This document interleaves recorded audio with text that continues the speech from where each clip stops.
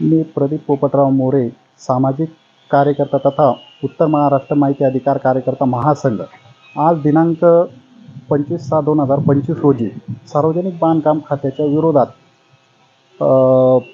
पाचव्यांदा बेमुदत आमरण उपोषणाला आगळ्या वेगळ्या पद्धतीने उपोषण करायची गरज पडते. शोकांतिका ह्या गोष्टीची आहे की सार्वजनिक बांधकाम खातं मालेगाव आणि त्याच्यातील उपविभाग यातील 17, 18, 19, 20, 21 ह्या कार्यकाळातील सेविंग बचत खात्यातील 30 करोडपेक्षा मोठ्या प्रमाणात अपहार झालेला आहे. आणि फुलेनगरपासून ते दसानेपर्यंत, कुसुंबा रोड फुलेनगरपासून ते दसानेपर्यंत रस्ता बनवल्यानंतर 15 दिवसात गायब झाला. यासाठी मी गेल्या 3 वर्षापासून सातत्याने पाठपुरावा करीत आहे आणि त्यावर 4 उपोषण झाले. आता 5व्या वेळेस उपोषणाला बसायची गरज पडते. तर असं जर कधी एका विषयासाठी जर इतक्या दिरंगाई लागत असेल आणि संबंधित सार्वजनिक बांधकाम खातं फक्त चौकशी चालू आहे या व्यतिरिक्त कुठलंही उत्तर देत नाही. 1.5 वर्षापासून जर कधी चौकशी चालू आहे असंच उत्तर देत आहे, तर मग जी चौकशी साधी 1-1.5-2 महिन्यात होणं अपेक्षित आहे, तर ती 1.5 वर्ष का?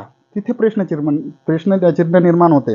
आणि असंच जर कधी एका विषयासाठी अनेक वेळा जर कधी उपोषण करायची गरज पडत असेल, 5-5 वेळेस एका विषयाला जर कधी उपोषण करायची गरज पडत असेल, 3-3 वर्ष लागत असतील, तर भविष्यात लोकशाही राहील का? ही शोकांतिका गोष्ट आहे.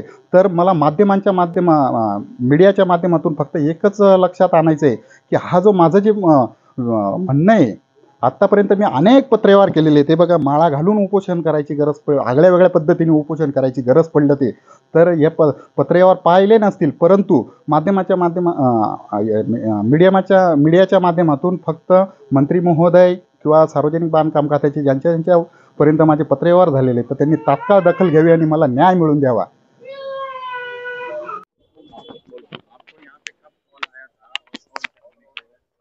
सर, हमको छावनी पुलिस स्टेशन से और जिला अधिकारी साहब का फ़ोन आया हमको तकरीबन 12 के बाद कि जूना तहसील ऑफिस में टावर पर एक आदमी आंदोलन कर रहा है, सुसाइड करने के लिए चढ़ा है।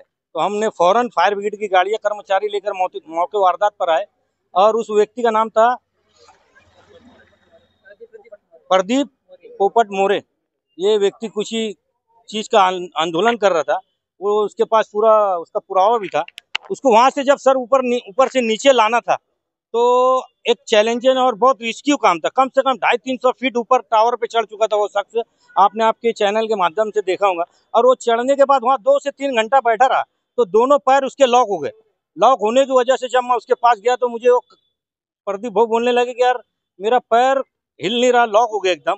मैंने उसको, पूरा डिप्रेशन में था, उसको बीपी भी था, बोले मुझे बीपी भी है और डर लग रहा।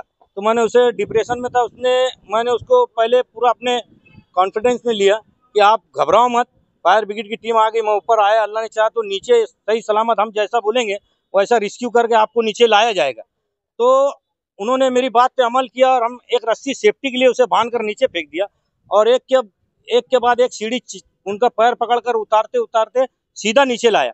जब उनको नीचे लाया गया तो आप देख सकते हैं उनको बीपी हाई हो गया था। फिर उनको पुलिस जीप में हॉस्पिटल भेजा गया।